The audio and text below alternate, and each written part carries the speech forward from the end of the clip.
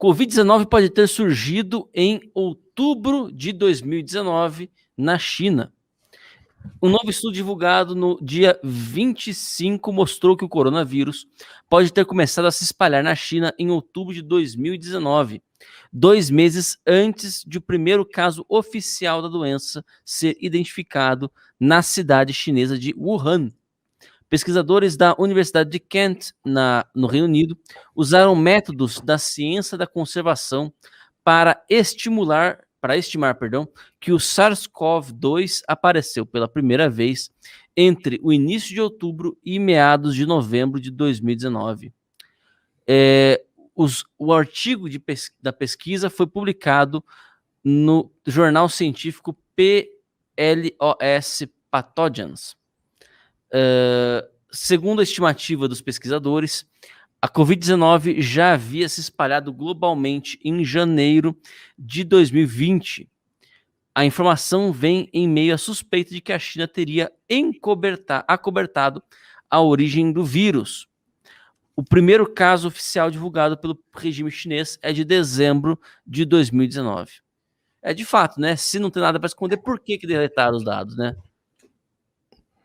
Mais do que isso, a China estava fazendo queima de arquivo nos laboratórios de Wuhan em setembro.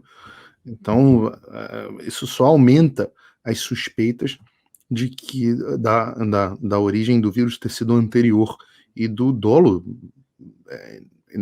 da negligência dolosa, no mínimo, ou intencional, mas a gente, enfim, carece aqui de informações ainda para afirmar isso, mas a evidência fortíssima da negligência dolosa do Partido Comunista Chinês.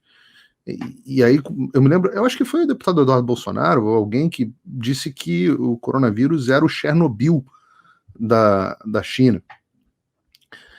E eu me lembro que houve um chilique danado na imprensa, acho que o embaixador chinês teve um faniquito. Esse embaixador chinês é chiliquento pra caramba. Mas eu me lembro que houve essa comparação. Agora, essa comparação é indevida, porque é muito pior do que Chernobyl. Muito pior, muito pior. Na época a comparação foi feita porque eu acho que a Netflix tinha acabado de lançar a ótima série do Chernobyl, né? Onde a gente fica assustado. Mas as coisas que acontecem na China são 10 vezes piores do que aconteceram lá, e o tamanho da catástrofe também é 10 vezes pior. Não só em número de mortos, mas em resultados econômicos, no tamanho do prejuízo espalhado para a humanidade inteira, né? As consequências de longo prazo, e com uma diferença importante. A Ucrânia, né, a União Soviética, no caso, não se beneficiou nem um pouco de Chernobyl. Pelo contrário, aquilo foi um desastre para eles do ponto de vista agrícola, do ponto de vista de turismo, do ponto de vista econômico, de todos os pontos de vista, do ponto de vista da comunidade internacional. Há muitas pessoas que dizem que Chernobyl foi uma das coisas que contribuiu para o colapso da União Soviética.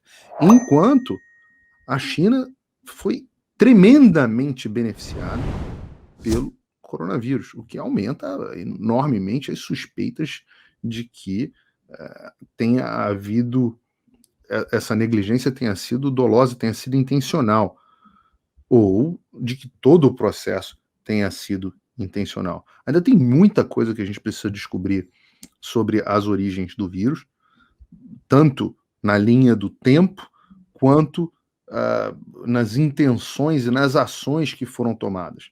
Tanto no sentido de queima de arquivo, de encobrimento de cientistas que desapareceram, e, de novo, eu vou voltar a dizer, sobre o encobrimento do Partido Comunista Chinês, eu citei hoje aqui o relatório da ONG de esquerda Human Rights Watch, cujo conteúdo eu vou colocar aqui no meu Telegram.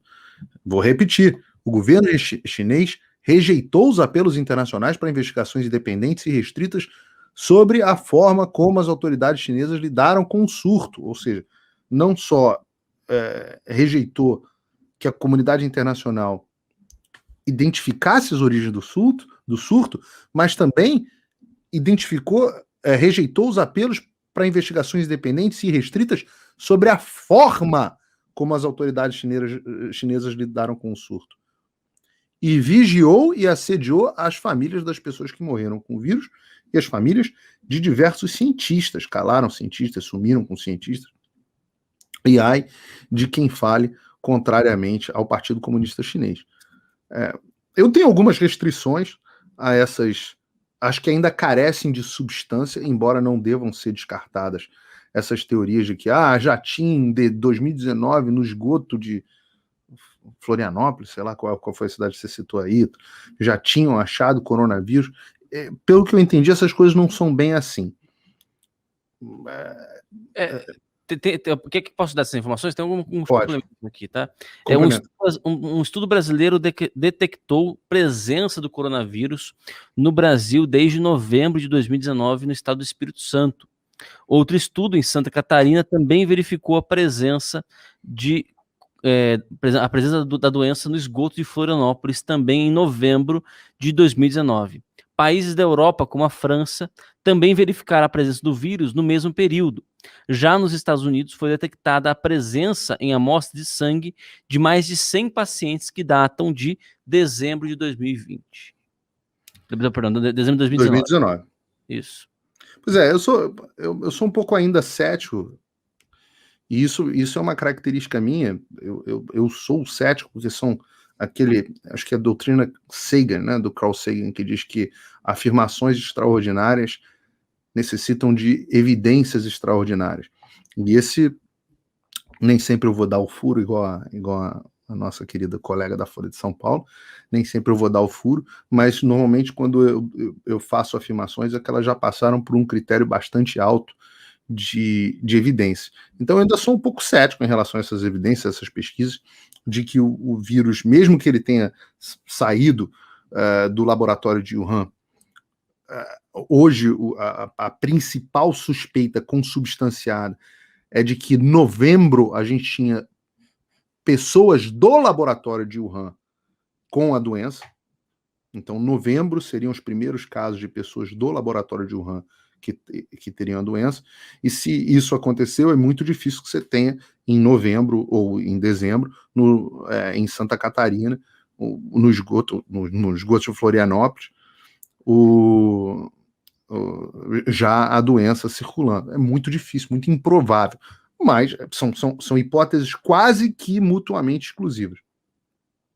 Mas, de novo, tem que ser ouvidas, tem que ser investigadas, e o que é importante nessa história é que, apesar de você ter uma postura cética, você não pode querer calar as pessoas que pensam diferente de você, censurar. E o grande problema nesse processo todo, como eu vivo apontando, não foi o erro da comunidade científica majoritariamente em não identificar a origem do vírus, ou até o erro em não ter querido investigar de forma tão criteriosa, mas o erro, claro, esses dois são erros, mas o erro mais vergonhoso foi da imprensa, da comunidade científica e, principalmente, das redes sociais, das big techs, de censurarem, e até agora o YouTube continua restringindo os vídeos que falam sobre esse assunto, não tenha dúvida que esse vídeo vai ser restrito, mas quando eu fizer o corte desse vídeo para o meu canal, eu tenho certeza também que o YouTube vai restringir o conteúdo. Então, de novo, até agora, a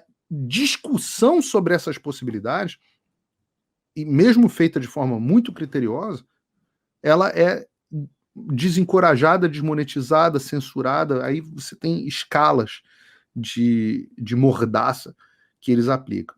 Então, esse é o principal problema.